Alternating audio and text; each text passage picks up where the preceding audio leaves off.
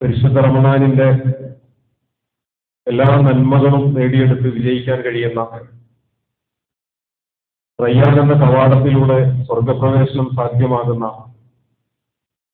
വിജയികളുടെ കൂട്ടത്തിൽ അർഹമുർ-റഹീമീനായ തമ്പുരാൻ നമ്മയും ഉൾപ്പെടുത്തുമാറാകട്ടെ. ഒരു വിശുദ്ധ റമദാനിന്റെ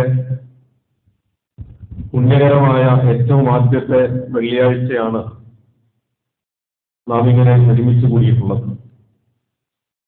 വിശുദ്ധ റമദാൻ വിശ്വാസിയെ സംബന്ധിച്ചിടത്തോളം 11 മാസ കാലയളവ് നീണ്ടു നിന്ന ജീവിതത്തിന്റെ തിരക്കുകൾക്കിടയിൽ നിന്ന് സ്വയം ശുദ്ധീകരിക്കാൻ, അള്ളാഹുവിനെ തിരിച്ചറിയാൻ, സ്വന്തം ശരീരത്തെയും ആത്മാവിനെയും തിരിച്ചറിയാൻ, തന്റെ നിയോഗ ലക്ഷ്യം എന്ത് എന്ന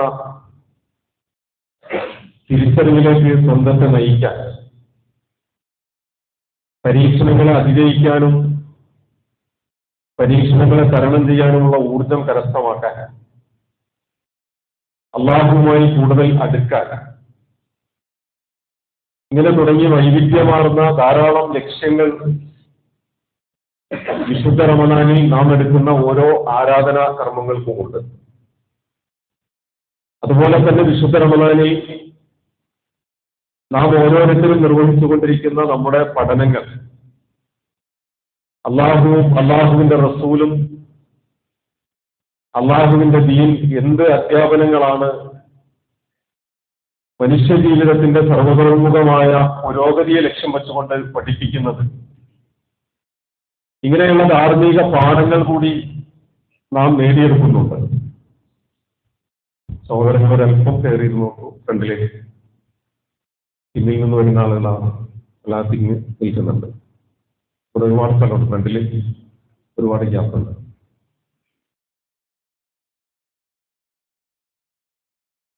നമുക്കറിയാം, വിശുദ്ധ റമദാൻ എന്ന് പറയുന്നത് അല്ലാഹു സുബ്ഹാനഹു വ തആല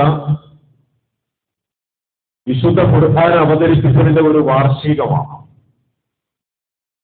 ഏത് വിശുദ്ധ ഖുർആൻ എന്ന് ചോദിച്ചാൽ ഞാനും നിങ്ങളുമൊക്കെ നിരന്തരം പാരായണം ചെയ്തുകൊണ്ടിരിക്കുന്ന, ഇത്രയേറെ വർഷം പാരായണം ചെയ്യുകയും കേൾക്കുകയും വായിക്കുകയും ഒക്കെ ചെയ്തിട്ടും യാതൊരു മടുപ്പും ഇതുവരെ അനുഭവിച്ചിട്ടില്ലാത്ത സവിശേഷമായ ഒരു ഗ്രന്ഥം. ഇതാണ് ഏറ്റവും ലളിതമായി നമുക്ക് പറയാൻ കഴിയുക. കഴിഞ്ഞ ഏതാനും ദിവസങ്ങൾക്ക് മുൻപ് 80ാമത്തെ വയസ്സ് 81ാമത്തെ വയസ്സിലേക്ക് പ്രവേശിക്കുന്ന ഒരു സഹോദരനോട് ഒരു ചോദ്യം ചോദിച്ചു. എത്രാമത്തെ വയസ്സിലാണ് താങ്കൾ നമസ്കാരം ആരംഭിച്ചത്? അപ്പോൾ അദ്ദേഹം പറഞ്ഞ മറുപടി 3ാമത്തെ വയസ്സിലാണ് അദ്ദേഹത്തിന്റെ നമസ്കാരം ആരംഭിച്ചത്. ആ 3ാമത്തെ വയസ്സ് മുതൽ 80ാമത്തെ വയസ്സ് അല്ലെങ്കിൽ 70ാമത്തെ വയസ്സിലേക്ക് ഒരു മനുഷ്യൻ പ്രവേശിക്കുമ്പോൾ അദ്ദേഹത്തിന്റെ ജീവിതത്തിൽ എത്ര വർഷം നമസ്കാരത്തിൽ എത്ര റക്അത്തുകൾ അദ്ദേഹം നമസ്കരിച്ചിട്ടുണ്ടാകും? 5 നേരത്തെ ഫർള് നമസ്കാരങ്ങൾ, റവാത്തിബ് സുന്നത്തുകൾ, വിശുദ്ധ റമദാനിലെ തറാവീഹ് നമസ്കാരങ്ങൾ, ഇങ്ങനെ ധാരാളം സുന്നത്തുകളും ഫർളുകളുമായി എണ്ണിക്കണക്കാക്കാൻ കഴിയുന്നതിന്റെ അപ്പുറം നമസ്കാരങ്ങൾ നിർവഹിച്ചിട്ടുണ്ട്.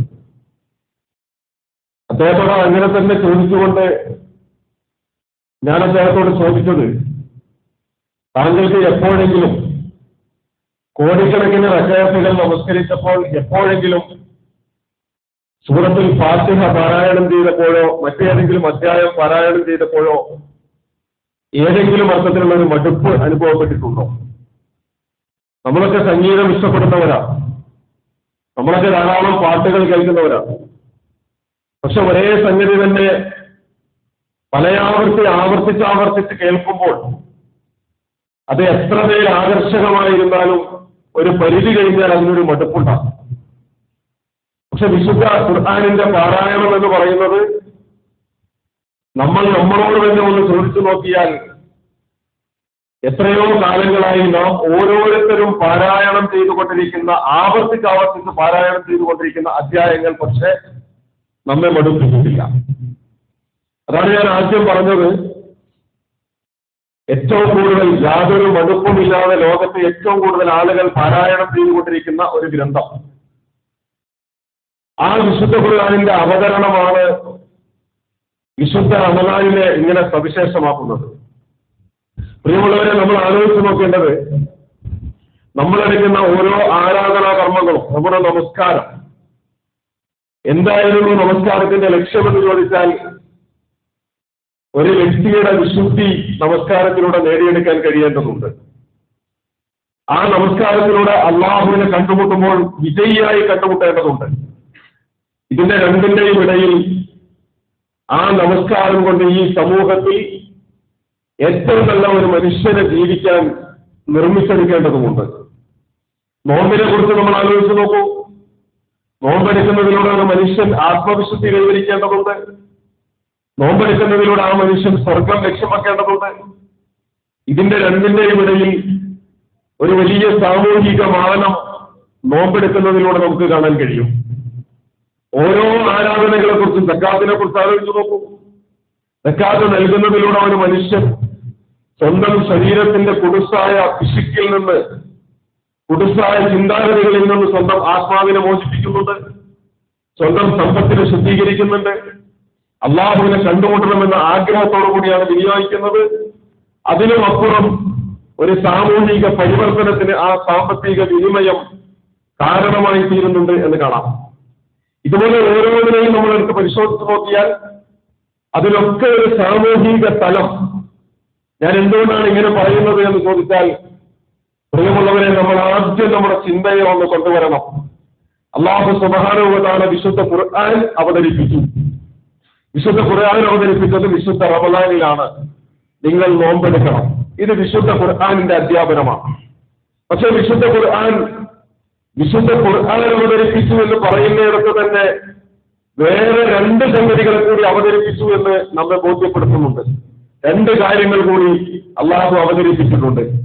നമ്മൾ പക്ഷേ ദൗർഭാഗ്യവശാൽ അള്ളാഹു അവതരിപ്പിച്ച വിശുദ്ധ ഖുർആനിനെ കുറിച്ച് നമ്മൾ ധാരാളമായി സംസാരിക്കും. വിശുദ്ധ ഖുർആനിനെ കുറിച്ച് നമ്മൾ ധാരാളമായി പഠിക്കും. അള്ളാഹു അവതരിപ്പിച്ച ബാക്കി രണ്ട് കാര്യങ്ങളെ ഏതോ അർത്ഥത്തിൽ നമ്മൾ വിസ്മൃതിയിലേക്ക് മാറ്റിവെക്കും. സൂറത്തുൽ ഹദീദിലെ 25-ാമത്തെ സൂക്തമാണ് പ്രിയമുള്ള സഹോദരങ്ങളുടെ മുമ്പിൽ ഞാൻ ആദ്യം പാരായണം ചെയ്തു വെച്ചത്. അല്ലാഹു സുബ്ഹാനഹു വ തആല ലഖദ് അർസൽനാ റുസുലനാ ബിൽ ബയ്യിനാത്ത്, തീർച്ചയായും നാം നമ്മുടെ പ്രവാചകന്മാരെ വ്യക്തമായ ദൃഷ്ടാന്തങ്ങളുമായി മനുഷ്യ സമൂഹത്തിന്റെ ഇടയിലേക്ക് നിയോഗിക്കുകയുണ്ടായി. പ്രവാചകന്മാരെ വെറുതെ ഒരു നേരം പോക്കിന് മനുഷ്യർക്കിടയിൽ കുറച്ചു കാലം പണിയെടുത്ത് അവസാനിച്ചു പോകാവുന്ന ഒരു സംസ്കരണ പ്രക്രിയ മാത്രം ലക്ഷ്യം വെച്ചുകൊണ്ട് അവതരിപ്പിക്കപ്പെട്ടവരല്ല അള്ളാഹുവിന്റെ പ്രവാചകന്മാർ. അള്ളാഹുവിന്റെ പ്രവാചകന്മാരെ വ്യക്തമായ ദൃഷ്ടാന്തങ്ങളുമായി അവതരിപ്പിക്കുമ്പോൾ കിതാബ്, അവരിലേക്ക് നാം വേദഗ്രന്ഥം ഇറക്കി കൊടുക്കുകയുണ്ടായി. അവരിലേക്ക് നാം അൽ കിതാബ് അഥവാ വേദഗ്രന്ഥം ഇറക്കി കൊടുത്തു. ഏത് വേദഗ്രന്ഥം എന്ന് ചോദിച്ചാൽ ഏറ്റവും എളുപ്പം നമുക്ക് പറയാൻ വിശുദ്ധ ഖുർആനിനെ കുറിച്ച് പറയാം. തൗറാത്തിനെ കുറിച്ചും ഇൻജീലിനെ കുറിച്ചും ജബൂറിനെ കുറിച്ചും സുഹൂഫ് ഇബ്രാഹിം എന്ന പേരിൽ അറിയപ്പെടുന്നതിനെ കുറിച്ചും ഒക്കെ നമുക്ക് പറയാം. എന്ന് പറഞ്ഞാൽ അല്ലാഹു സുബ്ഹാനഹു വ തആല ചില പ്രവാചകന്മാർക്ക് വേദഗ്രന്ഥം അവതരിപ്പിച്ചിട്ടുണ്ട്. ആ വേദഗ്രന്ഥം അവതരിപ്പിച്ചതിന് വളരെ കൃത്യവും വ്യക്തവുമായ ചില ലക്ഷ്യങ്ങളും അല്ലാഹു നിർണയിച്ചിട്ടുണ്ട്. ആ നിർണയിച്ച ലക്ഷ്യങ്ങളിൽ ഒന്ന് വഅൻസൽനാ മഅഹുൽ കിതാബ വൽ മീസാൻ, വിശുദ്ധ ഖുർആനിനോടൊപ്പം അല്ലെങ്കിൽ വേദഗ്രന്ഥത്തോടൊപ്പം നാം അവതരിപ്പിച്ചിട്ടുള്ള മറ്റൊരു സംഗതിയാണ് അൽ മീസാൻ അഥവാ തുലാസ് എന്ന് പറയുന്നത്. മീസാൻ എന്നുള്ള ഒന്നുകൂടി അല്ലാഹു അവതരിപ്പിച്ചു. നമ്മൾ ആലോചിച്ച് നോക്കൂ, മീസാൻ എന്ന് പറയുന്നത് നീതി ദേവത കണ്ണുകെട്ടിയ തുലാസ് കയ്യിൽ പിടിച്ചതാണ് നീതി ദേവതയുടെ ചിഹ്നം. ഏതോ കാലഘട്ടത്തിൽ എവിടെ നിന്നോ, അതിന്റെ ചരിത്രപരമായ വശങ്ങളിലേക്കല്ല, എവിടെ നിന്നോ രൂപപ്പെട്ടു വന്ന ഒരു സങ്കല്പം, കണ്ണുകെട്ടിയ നീതി ദേവത മുഴുവൻ മനുഷ്യരുടെയും ഇടയിൽ, മുഴുവൻ ലോകത്തിന്റെയും ഇടയിൽ നീതി എന്ന് പറയുന്ന ഒരു അടിസ്ഥാനം സ്ഥാപിക്കപ്പെടേണ്ടതുണ്ട്. നീതിയിൽ ഊന്നി നിൽക്കുന്ന ഒരു സമൂഹത്തിന് മാത്രമാണ് ലോകത്ത് നിലനിൽക്കാൻ കഴിയുക എന്ന ഒരു അടിസ്ഥാനപരമായ കാഴ്ചപ്പാട് നമുക്ക് കാണാൻ കഴിയും. അല്ലാഹു സുബ്ഹാനഹു വ തആല പറയുന്നു, നാം വേദഗ്രന്ഥം അവതരിപ്പിച്ചപ്പോൾ അതിനോടൊപ്പം അൽ മീസാൻ, നീതി കൂടി നാം അവതരിപ്പിച്ചിട്ടുണ്ട്.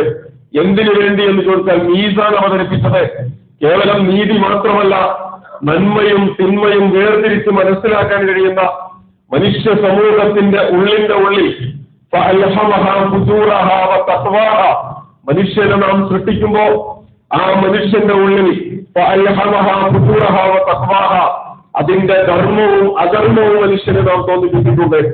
ഓരോ ആത്മാവിന്റെയും ഉള്ളിൽ ഏതാണ് ശരിയെന്ന് ഏതാണ് തെറ്റ് എന്നുള്ള ഒരു ഉപബോധ മനസ്സിന്റെ ചിന്തയെ അല്ലാഹു സുബ്ഹാനഹു വ തആല ഇട്ടുകൊടുത്തിട്ടുണ്ട്. ആ നന്മയും തിന്മയും വേർതിരിച്ചറിയാൻ കഴിയുന്ന മീസാൻ എന്ന് പറയുന്ന ഒന്ന്. അതുപോലെ തന്നെ ആ മീസാൻ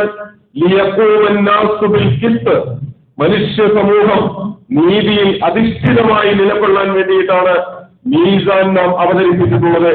അഥവാ പ്രിയമുള്ളവരെ, ഞാൻ പറഞ്ഞു വന്നത് അല്ലാഹു സുബ്ഹാനഹു വ തആല വിശുദ്ധ ഖുർആൻ എന്ന വേദഗ്രന്ഥം അവതരിപ്പിച്ചു എന്ന് പറയുമ്പോൾ തന്നെ ഈ സമൂഹം നീതിയിൽ അധിഷ്ഠിതമായി നിലകൊള്ളണമെന്ന ഒരു സാമൂഹ്യ ശാസ്ത്രം കൂടി അല്ലാഹു പഠിപ്പിച്ചിരിക്കുന്നു.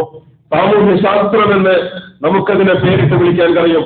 നമ്മൾ ആലോചിക്കുക, കേവലം ആരാധനകളെ കുറിച്ച് മാത്രം, അല്ലെങ്കിൽ കുറേയധികം പ്രവാചകന്മാരുടെ ചരിത്രം, അതല്ലെങ്കിൽ കുറേയധികം ചരിത്രത്തിൽ പറയപ്പെടാവുന്ന ഉത്ഥാന പതനങ്ങളിലൂടെ കടന്നുപോയ സമൂഹങ്ങളെ കുറിച്ചുള്ള പഠനങ്ങൾ, ഇങ്ങനെ തുടങ്ങിയ കുറെ വർത്തമാനങ്ങൾ മാത്രമല്ല വിശുദ്ധ ഖുർആൻ മനുഷ്യ സമൂഹത്തിന്റെ മുമ്പിൽ ഉയർത്തിപ്പിടിക്കുന്നത്. വിശുദ്ധ ഖുർആൻ വളരെ കൃത്യമായ നിലപാടെടുക്കാൻ, മനുഷ്യ ജീവിതത്തെ എങ്ങനെ ക്രമീകരിക്കണമെന്ന് പഠിപ്പിക്കാൻ, എല്ലാ മേഖലകളെയും ചൂഴ്ന്നു നിൽക്കുന്ന അള്ളാഹുവിന്റെ നിയമങ്ങളെ മനുഷ്യന്റെ മുമ്പിൽ അവതരിപ്പിക്കാനാണ് വിശുദ്ധ ഖുർആൻ ശ്രമിച്ചുകൊണ്ടിരിക്കുന്നത്. ആ ശ്രമത്തെയാണ് അൽ മീസാൻ അഥവാ ഒരു സാമൂഹ്യ ശാസ്ത്രം എന്ന അർത്ഥത്തിൽ നമ്മൾ പഠിക്കേണ്ടത്. എന്ന് മാത്രമല്ല, അല്ലാഹു സുബ്ഹാനഹു വ തആല അതിനെ തുടർന്ന് പറയുന്നു, വഅൻസൽനൽ ഹദീദ ഫീഹി ബഅസുൻ ശദീദ് വമനാഫിഉ ലിന്നാസ്. നാം ഇരുമ്പിനെ ഇറക്കുകയും ചെയ്തു. നേർക്ക് നേരെ അക്ഷരാർത്ഥത്തിൽ ജനങ്ങൾക്ക് ഒരുപാട് ഗുണങ്ങളുള്ള, നല്ല ശക്തിയുള്ള, കരുത്തുള്ള ഇരുമ്പിനെയും നാം ഇറക്കിയെന്ന് വിശുദ്ധ ഖുർആൻ പ്രഖ്യാപിക്കുമ്പോൾ അതിന്റെ നേർക്ക് നേരെയുള്ള അർത്ഥതലങ്ങളിലൂടെ തന്നെ നോക്കിയാൽ ഇരുമ്പ് എന്ന് പറയുന്നത് കേവലം ഭൂമിയിൽ രൂപപ്പെട്ടതല്ലെന്നും അതിശക്തമായ ചൂടിലൂടെ, അതിശക്തമായ താപത്തിലൂടെ കടന്നു വന്നതിന് ശേഷം ആകാശത്തു നിന്ന് ഭൂമിയിലേക്ക് വർഷിക്കപ്പെട്ട് ഭൂമിക്കടിയിൽ നിക്ഷേപിക്കപ്പെട്ടതാണെന്നുമൊക്കെ ശാസ്ത്രീയമായി തന്നെ ആ വാക്കുകളായി തന്നെ വേണമെങ്കിൽ വിലയിരുത്താം. പക്ഷേ വിശുദ്ധ ഖുർആൻ ഇവിടെ പറയുന്ന വേദഗ്രന്ഥം അവതരിപ്പിച്ചു എന്ന് പറയുമ്പോ, മീസാൻ അവതരിപ്പിച്ചു എന്ന് പറയുമ്പോ, ആ മീസാനിനോടൊപ്പം ഹദീദ് അവതരിപ്പിച്ചു എന്ന് പറയുമ്പോ, അഥവാ ഇരുമ്പിനെ അവതരിപ്പിച്ചു എന്ന് പറയുമ്പോ, ആ സാമൂഹ്യ ഘടനയെ നിലനിർത്താൻ ആവശ്യമായ ഒരു അധികാരത്തെ കൂടി നിങ്ങൾക്ക് നാം നൽകിയിരിക്കുന്നു എന്ന് ആ പദങ്ങളിൽ നിന്ന് നമ്മൾ വായിച്ചെടുക്കേണ്ടതുണ്ട്. നമ്മളിപ്പോൾ വിശുദ്ധ റമളാനിലൂടെ കടന്നു പോകുമ്പോ നമ്മൾ ആലോചിച്ച് നോക്കൂ, അല്ലാഹുവിന്റെ റസൂൽ സല്ലല്ലാഹു അലൈഹി വസല്ലം തിരുമേനിയും സഹാബത്തും മക്കയിലുണ്ടായിരുന്ന 13 വർഷക്കാലം അവരിതുപോലെ വ്രതമെടുക്കേണ്ടി വന്നിട്ടില്ല. 13 വർഷക്കാലം ഏറ്റവും ആദ്യം ഷഹാദത്ത് കലിമ ചൊല്ലിയ സിദ്ദീഖുൽ അക്ബർ റളിയല്ലാഹു അൻഹു ഉൾപ്പെടെയുള്ള മനുഷ്യർ എപ്പോഴാണ് റമളാനിൽ വ്രതമെടുക്കാൻ തുടങ്ങിയത് എന്ന് ചോദിച്ചാൽ ഹിജ്റ 2-ാം വർഷം വിശുദ്ധ റമളാനിലായിരുന്നു എന്ന് കാണാൻ കഴിയും. ആ കൽപ്പനയാകട്ടെ ഹിജ്റ 2-ാം വർഷം ശഅബാൻ മാസത്തിന്റെ ആദ്യ പകുതിയിലാണ് അല്ലാഹു സുബ്ഹാനഹു വ തആല ആ കൽപ്പന അവതരിപ്പിക്കുന്നത്. കേവലം വ്രതം നിർബന്ധമാക്കിയെന്ന ഒരൊറ്റ കൽപ്പനയായിരുന്നില്ല. അല്ലാഹു സുബ്ഹാനഹു വ തആല ഹിജ്റ 2-ാം വർഷം ശഅബാൻ മാസത്തിൽ ഖിബ്ല മാറ്റത്തിന്റെ നിയമം അവതരിപ്പിച്ചു. അഥവാ നിങ്ങൾ ഇതുവരെ തിരിഞ്ഞു നിന്ന് നമസ്കരിച്ചിരുന്ന ബൈത്തുൽ മുഖദ്ദസ് എന്ന് പറയുന്ന ഖിബ്ലയിൽ നിന്ന് നിങ്ങൾ പരിശുദ്ധ കഅബാലയത്തിലേക്ക് നിങ്ങളുടെ മുഖം തിരിച്ചുകൊള്ളുക എന്ന ഖിബ്ല മാറ്റം ഏറ്റവും ആദ്യം അല്ലാഹു പറഞ്ഞു വെച്ചു. രണ്ടാമത് യാ അയ്യുഹല്ലദീന ആമനു കുത്തിബ അലൈക്കുമുൽ ഖിതാൽ എന്ന് പറഞ്ഞുകൊണ്ട് നിങ്ങൾക്ക് യുദ്ധം നിർബന്ധമാക്കിയിരിക്കുന്നു എന്ന പാഠം പറഞ്ഞു വെച്ചു. നിങ്ങൾ യുദ്ധം ചെയ്യണമെന്ന് ആവശ്യപ്പെടുന്നവരാണ്, നിങ്ങൾ നിങ്ങളുടെ നിലനിൽപ്പിന് വേണ്ടി പ്രതിരോധിക്കണമെന്ന് ആവശ്യപ്പെടുന്നവരാണ്. അതുകൊണ്ട് നിങ്ങൾക്ക് യുദ്ധം നിർബന്ധമായിരിക്കുന്നു. വരാൻ പോകുന്ന സന്ദർഭത്തിൽ നിങ്ങൾ യുദ്ധഭൂമികളിലേക്ക് ആയുധങ്ങളുമായി കടന്നു ചെല്ലേണ്ടി വരുമെന്ന യുദ്ധം നിർബന്ധമാണ് എന്ന പാഠം ഹിജ്റ 2-ാം വർഷം ശഅബാൻ മാസത്തിൽ വിശുദ്ധ ഖുർആൻ പറഞ്ഞു വെക്കുന്നു. അവിടെയും കഴിഞ്ഞില്ല. യാ അയ്യുഹല്ലദീന ആമനു കുത്തിബ അലൈക്കുമുൽ ഖിസാസ് എന്ന് പറഞ്ഞുകൊണ്ട് ഖിസാസ് അഥവാ പ്രതിക്രിയ, കൊലയാളിക്ക് കൊലപാതകത്തിന്റെ ശിക്ഷ അവനെയും വധിച്ചു കളയുക എന്നതാണ് എന്ന കൊലപാതകത്തിന്റെ ശിക്ഷയെക്കുറിച്ച്, പ്രതിക്രിയയെക്കുറിച്ച് വിശുദ്ധ ഖുർആൻ നിയമം പറയുന്നു, യാ അയ്യുഹല്ലദീന ആമനൂ കുതിബ അലൈക്കുമുസ് സിയാം എന്ന് പറഞ്ഞുകൊണ്ട് നിങ്ങൾക്ക് വ്രതം നിർബന്ധമാക്കിയിരിക്കുന്നു എന്ന് പറയുന്നു. ഈ 4 നിയമങ്ങൾ അവതരിപ്പിക്കപ്പെടുന്നത് പ്രിയമുള്ളവരെ വിശുദ്ധ ഖുർആൻ ഹിജ്റ 2-ാം വർഷം ശഅബാൻ മാസത്തിലായിരുന്നു. ആ 4 നിയമങ്ങളെയും ചേർത്ത് വെച്ച് പരിശോധിച്ചാൽ മദീന എന്ന് പറയുന്ന ഒരു രാഷ്ട്ര സംവിധാനത്തോടുകൂടി അള്ളാഹുവിന്റെ റസൂൽ സല്ലല്ലാഹു അലൈഹി വസല്ലം നേതൃത്വം കൊടുക്കുന്ന ഒരു സാമൂഹ്യ ഘടന അവിടെ രൂപപ്പെട്ടിരിക്കുന്നു. അവർക്ക് തിരിഞ്ഞു നിന്ന് നമസ്കരിക്കാൻ പരിശുദ്ധ കഅബാലയം എന്ന ഒരു കേന്ദ്രം നിർണയിച്ചു കൊടുത്തിരിക്കുന്നു. അവർക്ക് ഭരണഘടനയായി വിശുദ്ധ ഖുർആൻ അവതരിച്ചു കൊണ്ടിരിക്കുന്നു.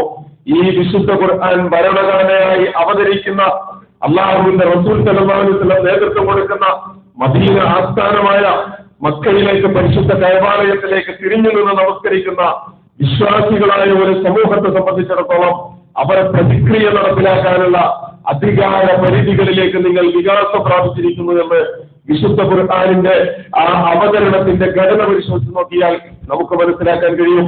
ഞാൻ സൂചിപ്പിച്ചു വന്നത് വിശുദ്ധ ഖുർആൻ അവതരിപ്പിക്കപ്പെട്ട മാസത്തിൽ കേവലം വിശുദ്ധ ഖുർആൻ അവതരിപ്പിക്കപ്പെട്ടു എന്ന പാഠം മാത്രം പഠിച്ച് കുറേയധികം ഹസ്രം തീർത്ത് വിശുദ്ധ ഖുർആൻ പാരായണം ചെയ്ത് തറാവീഹ് നമസ്കരിച്ച് അവസാനിപ്പിച്ച് നമ്മൾ മടങ്ങേണ്ടവരല്ല എന്ന് ബോധ്യപ്പെടുത്തുന്നതിന് വേണ്ടിയിട്ടാണ്. അഥവാ സൂറത്തുൽ ഹദീദിൽ പറഞ്ഞു വെച്ചതുപോലെ നിങ്ങൾക്ക് നാം വേദഗ്രന്ഥം അവതരിപ്പിച്ചിട്ടുണ്ടെങ്കിൽ ആ വേദഗ്രന്ഥം അനുസരിച്ച് ജീവിക്കാവുന്ന ഒരു മീസാൻ ഉപയോഗപ്പെടുത്താവുന്ന ഒരു സാമൂഹ്യ ഘടനയെ നിങ്ങൾക്ക് നാം നിർണയിച്ചു തന്നിട്ടുണ്ട്. നിങ്ങളുടെ ജീവിതത്തിന്റെ ഇടപാടുകളിൽ പ്രിയമുള്ളവരെ പല ആളുകളും നിരന്തരം ചോദിച്ചുകൊണ്ടിരിക്കുന്ന ഒരു സംശയമുണ്ട്. നമ്മൾ ആലോചിച്ച് നോക്കൂ, മനുഷ്യർ ഒരുപാട് വികാസം പ്രാപിച്ചിരിക്കുന്നു, മനുഷ്യർ സാമ്പത്തികമായി ഒരുപാട് ഉന്നതിയിലേക്ക് എത്തിയിരിക്കുന്നു, മനുഷ്യർ വിദ്യാഭ്യാസപരമായി ഒരുപാട് മുന്നിലേക്ക് എത്തിയിരിക്കുന്നു, മനുഷ്യർ സാംസ്കാരികമായി ഉയർന്നിരിക്കുന്നു. പക്ഷെ അപ്പോഴും 5ഉം 6ഉം പേരെ സ്വന്തം കുടുംബാംഗങ്ങളെ തന്നെ വെട്ടി കൊലപ്പെടുത്താൻ മാത്രം മനുഷ്യൻ അധാർമികമായി താഴേക്കിടയിലേക്ക് മാറിപ്പോകുന്നു. ഏറ്റവും ഒടുവിൽ ഇന്നത്തെ പത്രത്തിൽ നമ്മൾ വായിച്ചിട്ടുണ്ടാകും, മദ്യത്തിന്റെയും ലഹരിയുടെയും ഒക്കെ ഒരുപാട് ഉത്ബോധനങ്ങൾ നടക്കുന്ന കാലത്ത് ലഹരിക്കെതിരെ ഉത്ബോധനം നടത്തിക്കൊണ്ടിരുന്ന, ഉത്ബോധനത്തിന് വേണ്ടി ഉത്ബോധന പ്രഭാഷണങ്ങൾ നടത്തിക്കൊണ്ടിരുന്ന 2 സഹോദരങ്ങളാണ് മദ്യവും ലഹരിയുമായി MDMA-യുമായി പിടികൂടപ്പെട്ടത് എന്ന് ഇന്നത്തെ പത്രം നമ്മുടെ മുമ്പിലേക്ക് പറയുന്നു. വിദ്യാഭ്യാസപരമായി മുന്നിലെത്തിയ, സാംസ്കാരികമായി ഉയർന്നു നിൽക്കുന്ന, സ്വന്തം ഭാര്യയെ തിളച്ചു മറിയുന്ന കഞ്ഞിക്കലത്തിലേക്ക് മുഖം പൂഴ്ത്താൻ മാത്രം ഒരു ഭർത്താവിന് കഴിയുന്നുണ്ടെങ്കിൽ, അമ്മയുടെ നേരെ വാളോങ്ങാൻ ഒരു മകന് കഴിയുന്നുണ്ടെങ്കിൽ, മാതാപിതാക്കളുടെ നേരെ ആയുധമെടുക്കാനും അവരെ കൊലപ്പെടുത്താനും മക്കൾക്ക് കഴിയുന്നുണ്ടെങ്കിൽ, പ്രിയമുള്ളവരെ എന്തുകൊണ്ട് എന്ന ഒരു ചോദ്യം അവിടെ അവശേഷിക്കുന്നുണ്ട്. ആ ചോദ്യത്തിന്റെ മറുപടിയാണ് യഥാർത്ഥത്തിൽ വിശുദ്ധ ഖുർആൻ ഈ പറഞ്ഞു സൂക്തമെന്ന് നമുക്ക് സാന്ദർഭികമായിട്ട് വായിച്ചെടുക്കേണ്ടി വരും. പ്രിയമുള്ളവരെ ആലോചിച്ച് നോക്കൂ, അല്ലാഹു സുബ്ഹാനഹു വ തആല അള്ളാഹുവിന്റെ ഭൂമിയിൽ, അള്ളാഹുവിന്റെ ആകാശത്തിന്റെ ചുവട്ടിൽ അള്ളാഹുവിന്റെ നിയമത്തിന് വേണ്ടി വിശുദ്ധ ഖുർആൻ എന്ന് പറയുന്ന അൽ ഖുർആനു ദസ്തൂറുന എന്ന നാം ഓരോരുത്തരും നമ്മുടെ ഭരണഘടനയാണ് വിശുദ്ധ ഖുർആൻ എന്ന് പഠിച്ചുകൊണ്ടിരിക്കുന്ന ആ ഭരണഘടനയിലൂടെ നമ്മൾ ബോധ്യപ്പെടുത്തിക്കൊണ്ടിരിക്കുന്നു. എന്നല്ല, വിശുദ്ധ ഖുർആൻ ഒരുപാട് ഉത്ബോധനങ്ങൾ മനുഷ്യരാശിയുടെ മുമ്പിൽ ഉയർത്തിപ്പെടുത്തതിന് ശേഷം ചോദിക്കുന്ന ഒരു ചോദ്യം, അഫലാ യതദബ്ബറൂനൽ ഖുർആൻ, നിങ്ങൾ ഈ വിശുദ്ധ ഖുർആനിൽ തദ്ബീർ നടത്തുന്നില്ലേ എന്ന ഒരു ചോദ്യമുണ്ട്. എന്താണ് തദ്ബീർ എന്ന് ചോദിച്ചാൽ ചിന്തയാണ്. തദ്ബീർ എന്ന് പറഞ്ഞാൽ പ്രവർത്തനമാണ്. തദ്ബീർ എന്ന് പറഞ്ഞാൽ വ്യവസ്ഥാപിതത്വമാണ്. തദ്ബീർ എന്ന് പറഞ്ഞാൽ ഒരു സാമൂഹ്യ ഘടനയെ രൂപപ്പെടുത്തലാണ്. ഒരുപാട് അർത്ഥങ്ങൾ തദ്ബീർ എന്ന പദത്തിന് നമുക്ക് പറയാൻ കഴിയും. അഫലാ യതദബ്ബറൂനൽ ഖുർആൻ, നിങ്ങൾ ഈ വായിച്ചുകൊണ്ടിരിക്കുന്ന ഖുർആനിൽ നിന്ന്, നിങ്ങൾ പഠിച്ചുകൊണ്ടിരിക്കുന്ന ഖുർആനിൽ നിന്ന്, നിങ്ങൾ പാരായണം ചെയ്തുകൊണ്ടിരിക്കുന്ന ഖുർആനിൽ നിന്ന് നിങ്ങൾ അവഗാഹം നേടിയെടുക്കുന്നില്ല എന്ന ചോദ്യം കൊണ്ട് നിർത്താതെ അം അലാ ഖുലൂബിൻ അക്ഫാലുഹ, ഇനി അതല്ല, നിങ്ങളുടെ ഹൃദയങ്ങൾ നിങ്ങൾ താഴ്ന്നു പൂട്ടിയിരിക്കുകയാണോ എന്ന ഒരു ചോദ്യം കൂടി അല്ലാഹു സുബ്ഹാനഹു വ തആല ഉന്നയിക്കുന്നുണ്ട്. നിങ്ങൾ കേവലം പാരായണം ചെയ്ത് അവസാനിപ്പിക്കേണ്ട, നിങ്ങൾ കേവലം വായിച്ച് അവസാനിപ്പിക്കേണ്ട, നിങ്ങൾ കേവലം നമസ്കാരങ്ങളിൽ മാത്രം ഒതുക്കി നിർത്തേണ്ട ഒരു വേദഗ്രന്ഥമല്ല വിശുദ്ധ ഖുർആൻ എന്ന് അല്ലാഹു സുബ്ഹാനഹു വ തആല നമ്മെ ഓർമ്മപ്പെടുത്തുന്നു. നിങ്ങൾ ആലോചിക്കേണ്ടത്, മനുഷ്യ, നിന്റെ ജീവിതത്തിന്റെ ഓരോ നിമിഷങ്ങളും നിന്നെ സൃഷ്ടിച്ച സൃഷ്ടാവായ റബ്ബിന് നിർണയിക്കാൻ കഴിയുന്ന ഒരു ജീവിത ഘടനയെ കുറിച്ചാണ് വിശുദ്ധ ഖുർആൻ സംസാരിക്കാനുള്ളത്. പ്രവാചകന്മാരുടെ കാലഘട്ടത്തിൽ പ്രവാചകന്മാർ എഴുന്നേറ്റ് നിന്നു. പ്രവാചകന്മാർ നിങ്ങളോട് ചോദിച്ചു, നിങ്ങൾക്ക് എന്താണ് ശൈഖുൽ അംബിയ നൂഹ് അലൈഹിസ്സലാത്തു വസ്സലാം ചോദിച്ചതുപോലെയുള്ള മാലക്കും ലാ തർജൂന ലില്ലാഹി വഖാല എന്ന അത്യുച്ചത്തിൽ ചോദിക്കേണ്ട ഒരു ചോദ്യം പ്രവാചകന്മാർ അവരുടെ കാലഘട്ടത്തിൽ ഉന്നയിച്ചിരുന്നു. എന്തുകൊണ്ടാണ് മനുഷ്യ നിങ്ങൾക്ക് നിങ്ങളുടെ റബ്ബിന്റെ കാര്യത്തിൽ ഒരു ഗൗരവവുമില്ലാത്തത്? നിങ്ങൾ നിങ്ങളുടെ റബ്ബിലേക്ക് നോക്കുന്നില്ലേ? നിങ്ങൾ നിങ്ങളുടെ റബ്ബിനെ കാണുന്നില്ലേ? നിങ്ങൾ കാണുന്ന ചുറ്റുപാടുകളിൽ നിന്ന് നിങ്ങൾക്ക് വായിച്ചെടുക്കാൻ കഴിയുന്ന അത്ഭുതങ്ങളിൽ നിന്ന് നിങ്ങളുടെ നാഥന്റെ വാക്കുകൾ നിങ്ങൾക്ക് കേൾക്കാൻ കഴിയുന്നില്ല എന്ന ഒരു ചോദ്യം പ്രവാചകന്മാർ ചോദിച്ചിടത്തു നിന്നാണ് നമ്മൾ നമ്മളെ പിടിച്ചുകൊണ്ടുവരേണ്ടത്. ഞാൻ സൂചിപ്പിച്ചത് വിശുദ്ധ ഖുർആൻ എന്ന് പറയുന്നത് കേവലം നാം മാറ്റിവെക്കേണ്ട, കേവലം പാരായണത്തിന് ശേഷം അടച്ചു വെക്കേണ്ട ഒരു ഗ്രന്ഥമല്ല എന്ന്, അതിനൊരു സാമൂഹ്യപരതയുണ്ടെന്ന്, അതിനൊരു അധികാരത്തിന്റെ സ്വഭാവമുണ്ടെന്ന് നമുക്ക് പഠിക്കാൻ കഴിയും. പ്രിയമുള്ളവരെ, വിശുദ്ധ ഖുർആനിന്റെ അഹ്ലുകാരെ സംബന്ധിച്ചിടത്തോളം വിശുദ്ധ ഖുർആൻ അല്ലാഹു സുബ്ഹാനഹു വ തആല പറയുന്നത് പോലെ ലൗ അൻസൽനാ ഹാദൽ ഖുർആന അലാ ജബലിൻ ലറഅയ്തഹു ഖാശിഅൻ മുതസദ്ദിഅൻ മിൻ ഖശിയത്തില്ലാഹ്. ഈ വിശുദ്ധ ഖുർആനെങ്ങാനും നാം ഒരു പർവ്വതത്തിന്റെ മുകളിലാണ് അവതരിപ്പിച്ചിരുന്നതെങ്കിൽ, ഒരു പർവ്വതത്തിന്റെ ആലങ്കാരികമായി അല്ലാഹു സുബ്ഹാനഹു വ തആല പറയുകയാണ്, നാം ഒരു പർവ്വതത്തിന്റെ മുകളിലായിരുന്നു ഈ വിശുദ്ധ ഖുർആനെങ്ങാനും അവതരിപ്പിച്ചിരുന്നതെങ്കിൽ ആ പർവ്വതം അള്ളാഹുവിനെ ഭയപ്പെട്ടുകൊണ്ട് തകർന്നു പോകുന്നത് നിങ്ങൾക്ക് കാണാൻ കഴിയുമായിരുന്നു. അത്രയേറെ ഗാംഭീര്യമുണ്ട് ഈ ഉത്തരവാദിത്വത്തിന്, അത്രയേറെ പവിത്രതയുണ്ട് ഈ അമാനത്തിന്. അതുകൊണ്ടാണ് ഈ അമാനത്തിനെ കുറിച്ച് വിശുദ്ധ ഖുർആൻ തന്നെ ഇന്നാ അറദനൽ അമാനത അല സമാവാതി വൽ അർളി വൽ ജിബാൽ, നാം ഈ അമാനത്തിനെ നിങ്ങൾക്ക് ജീവിതം നിങ്ങൾക്ക് തരാം, നിങ്ങൾക്ക് സ്വാതന്ത്ര്യം തരാം, നിങ്ങൾക്ക് ജീവിതത്തിന്റെ നിയമങ്ങൾ തരാം, നിങ്ങൾക്ക് മനുഷ്യരായി ഭൂമിയിൽ ജീവിക്കാം എന്ന ഈ അമാനത്തുമായിട്ട് അല്ലാഹു സുബ്ഹാനഹു വ തആല ആകാശഭൂമികളുടെ മുമ്പിൽ, പർവ്വതങ്ങളുടെ മുമ്പിൽ, കടലുകളുടെ മുമ്പിൽ അല്ലാഹു സുബ്ഹാനഹു വ തആല സമർപ്പിക്കുമ്പോൾ അവരൊക്കെയും പറയുന്ന മറുപടി ഞങ്ങൾക്ക് ഈ സ്വാതന്ത്ര്യം വേണ്ടതില്ല, ഞങ്ങൾക്ക് ഈ അമാനത്ത് ഏറ്റെടുക്കാൻ കഴിയില്ല, ഈ അമാനത്ത്, ഈ ഉത്തരവാദിത്വം, വലിയ ഭാരിച്ച ഉത്തരവാദിത്വം നിർവഹിക്കുന്നിടത്ത് ഞങ്ങൾ പരാജയപ്പെട്ടു പോകുമെന്ന ഒരു ബോധത്തിൽ നിന്നുകൊണ്ട് അവർ പിന്മാറുന്നു.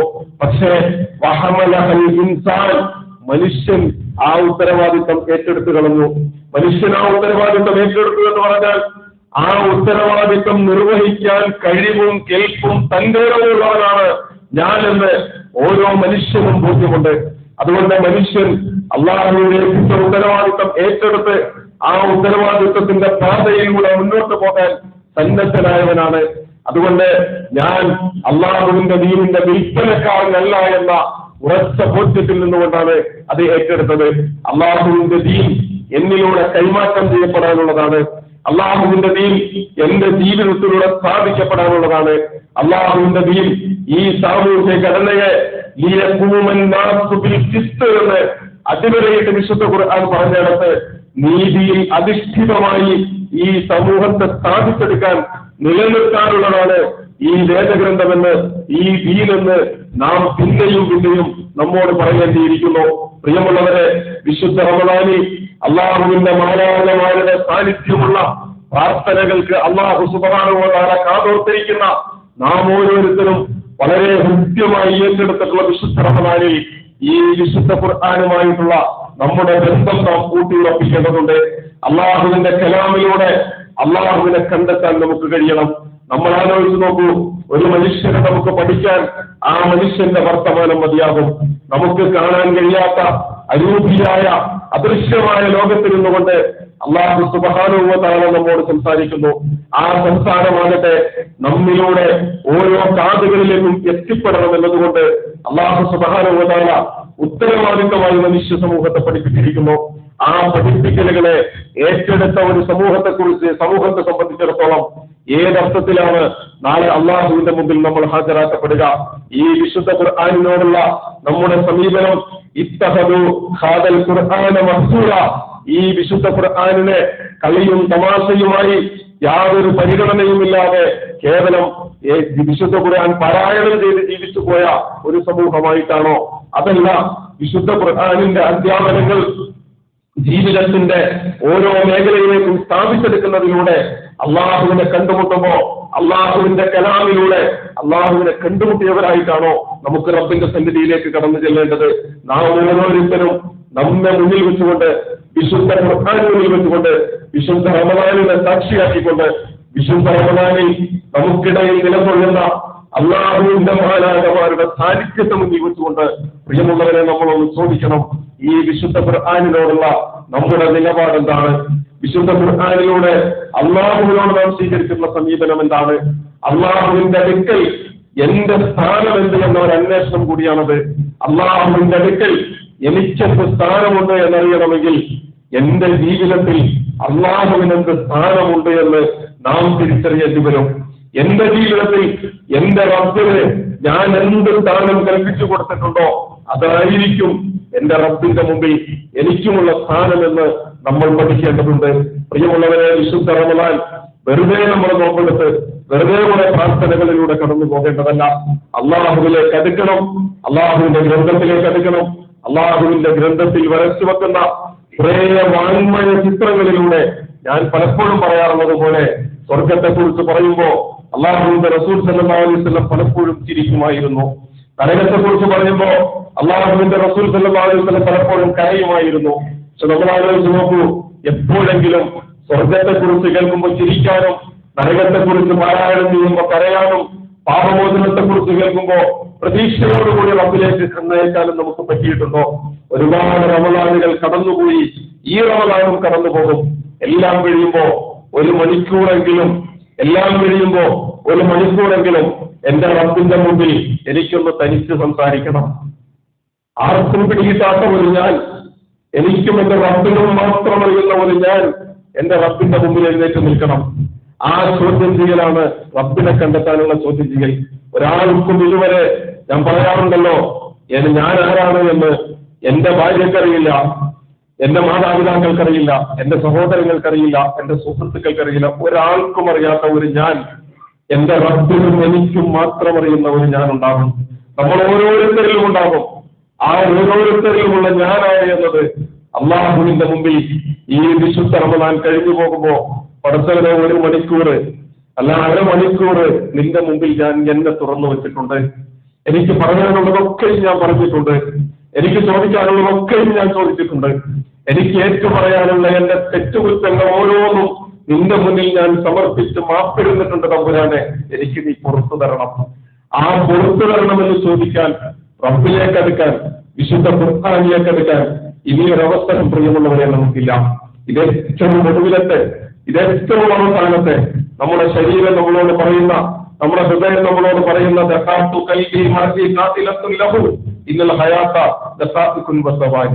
നിന്റെ സമയമായിട്ടില്ല. ഈ ജീവിതം എന്ന് പറയുന്നത് ഒരൽപ്പം പിടിപ്പുകൾ മാത്രമാണ്. ഏതാനും മിനിറ്റുകൾ, നിമിഷങ്ങൾ മാത്രമാണ്. അതിനപ്പുറത്തേക്ക് നീ ഇല്ല കേട്ടോ എന്ന് നിന്റെ ശരീരത്തിലെ മിടിച്ചുകൊണ്ടിരിക്കുന്ന ഹൃദയം പറയുന്നുണ്ട്. ആ പറച്ചിലുകളെ കേൾക്കാൻ, അള്ളാഹുവിന്റെ മുമ്പിലേക്കൊന്ന് എഴുന്നേറ്റ് നിൽക്കാൻ, അള്ളാഹുവിനോട് കണ്ടെത്താൻ, വിശുദ്ധ ഖുർആനിലേക്കൊന്ന് അതിന്റെ മനോഹാരിതയിലേക്കൊന്ന് ആണ്ടിറങ്ങാൻ പ്രിയമുള്ളവരെ ഈ വിശുദ്ധ റമദാൻ നമ്മെ പ്രാപ്തരാക്കേണ്ടതുണ്ട്. അതല്ലെങ്കിൽ ഈ വിശുദ്ധ റമദാൻ നമുക്ക് നഷ്ടപ്പെട്ടു പോകും. വിശുദ്ധ ഖുർആനിന്റെ സാമൂഹ്യപരത, അതിന്റെ അധികാരപര, അതിന്റെ അള്ളാഹുവിന്റെ ഗ്രന്ഥത്തിന്റെ അടിസ്ഥാനപരമായ നിരീക്ഷണങ്ങൾ, ഇതൊക്കെ വളരെ കൃത്യമായി അവഗാഹം നേടിയെടുക്കാതെ നിങ്ങൾ നിങ്ങളുടെ ഹൃദയങ്ങളെ താഴിട്ട് പൂട്ടിയിരിക്കുകയാണെങ്കിൽ പ്രിയമുള്ളവരെ, ആ പൂട്ടുകൾക്കപ്പുറത്തേക്ക് ഒരു പ്രകാശത്തിലും കടന്നു വരാൻ സാധ്യമല്ല, ഒരു വെളിച്ചത്തിലും കടന്നു വരാൻ സാധ്യമല്ല. ആ പൂട്ടുകൾക്കപ്പുറത്തേക്ക് സ്വർഗത്തിൽ നിന്ന് അടിച്ചു വീശുന്ന ഒരു പരിമളത്തിനും കടന്നു വരാൻ കഴിയില്ല എന്ന് നമ്മളെ തന്നെ ബോധ്യപ്പെടുത്തുന്നിടത്തു നിന്നാണ് നമുക്ക് തിരിഞ്ഞു ചിന്തിരിക്കാൻ കഴിയുക, അള്ളാഹുവിലേക്ക് തിരിയാൻ കഴിയുക. അർഹമുർ റഹീമീനായ തമ്പുരാൻ നമ്മെല്ലാവരെയും അള്ളാഹുവിന്റെ ഗ്രന്ഥമനുസരിച്ച് ജീവിക്കുന്ന, അള്ളാഹുവിന്റെ ഇഷ്ടത്തിനനുസരിച്ച് ജീവിക്കുന്ന, നാളെ ഏറ്റവും സന്തോഷത്തോടുകൂടി ലാ ഇലാഹ ഇല്ലല്ലാഹ് എന്ന കലിമത്തോടുകൂടി മരണപ്പെട്ട റബ്ബിനെ കണ്ടുമുട്ടുന്നവരുടെ കൂട്ടത്തിൽ ഉൾപ്പെടുത്തി അനുഗ്രഹിക്കുമാറാകട്ടെ.